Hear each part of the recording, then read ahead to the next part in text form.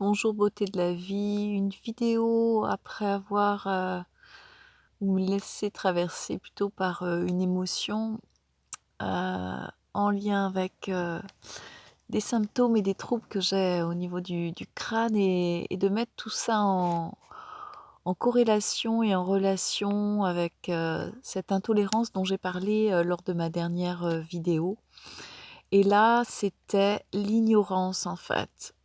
Et je j'ai rencontré un homme ici qui me permet d'aller prendre ma douche et de faire ma lessive, pas très loin d'où je suis stationnée avec, mon fourgon, en périphérie d'Argelès, en cette période de confinement. Donc c'est très profitable pour moi parce que je vois que dans ce retour à soi et de passer toutes ces heures, dans le silence ou à méditer, là, tout à l'heure, à me balader dans la nature, à le temps, là, il est peu clément, enfin, il est plutôt, nuageux, donc ça me donne vraiment envie d'être dans ce retour, profond sur moi et là, l'ignorance vient d'être mis en évidence. J'ai demandé à voir et à mettre de la clarté sur ce qui obstruait donc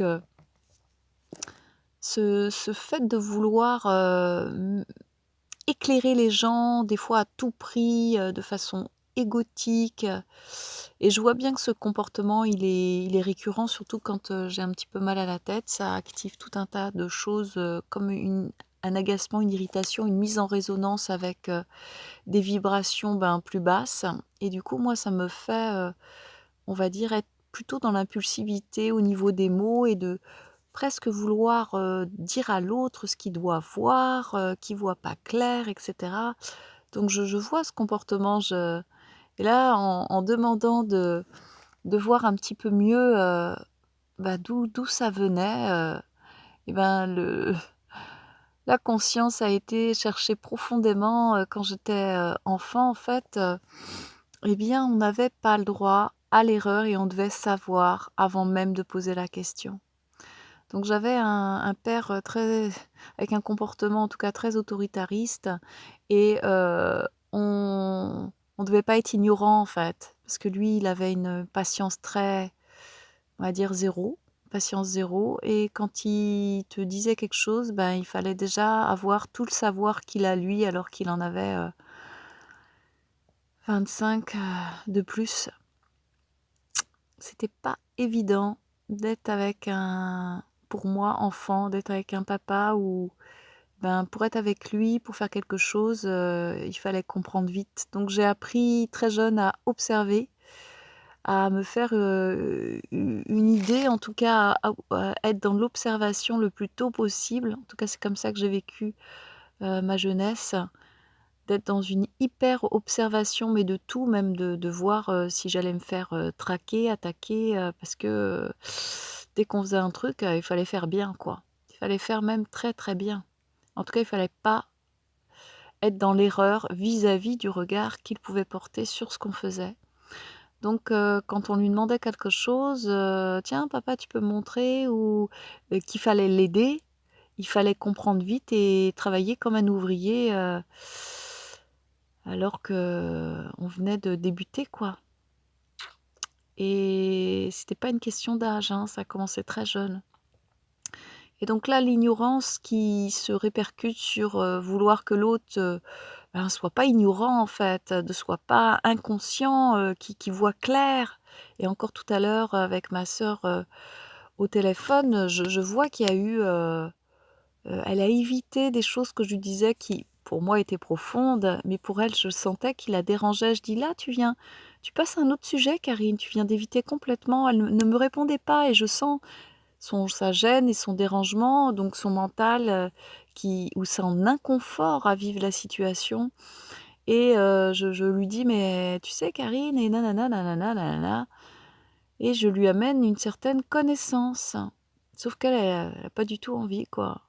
Elle a pas du tout envie. C'est ce qu'elle me dit après: «Ouais, mais tu sais, moi j'ai pas envie, que tu viennes m'amener sur ce sujet». Je le fais un petit peu comme ça, parce que c'est un peu comme ça qu'elle répond.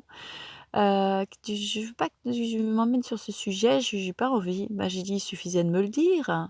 d'une façon adulte et mature, il suffisait de me le dire. Donc encore, je lui dis, qu'elle est pas mature, enfin voilà. Vous voyez, toutes sortes de petites choses comme ça, parasites, qui sont là, que je vois à l'œuvre, qui sont pas du cœur en fait, qui sont pas un élan du cœur, mais ça se produit.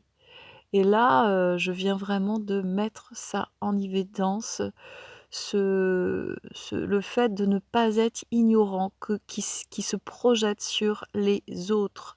Donc du coup, bah, j'ai dû acquérir même spirituellement et avant dans ma vie, une compétence rapide, opérationnelle. Voire même avant, je truquais les cartes. Il ne fallait pas que je sois incompétente, donc que je ne sois pas dans l'ignorance. Voilà ce que j'avais envie de vous dire ou ce qui vient là dans l'instant. Je te remercie pour ta présence.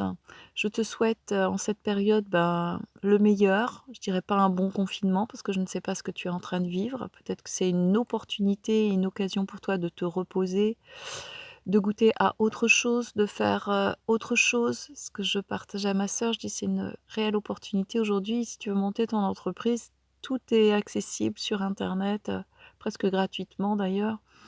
De créer ce que tu veux, de faire des dessins, de chanter, de danser, je pourrais même dire de péter, ça c'est le petit côté humour, bah, de faire ce que tu sens. Et elle me partageait d'ailleurs, ma sœur que, bah, c'est un peu la fête du slip parce que, ils mangent tous, ce qu'ils veulent à l'heure qu'ils veulent. Bah, j'ai dit: «C'est bénédiction, Karine, hein. C'est ça, suivre son rythme. Pourquoi s'imposer des rythmes alors que ce n'est pas ce que nous sentons?»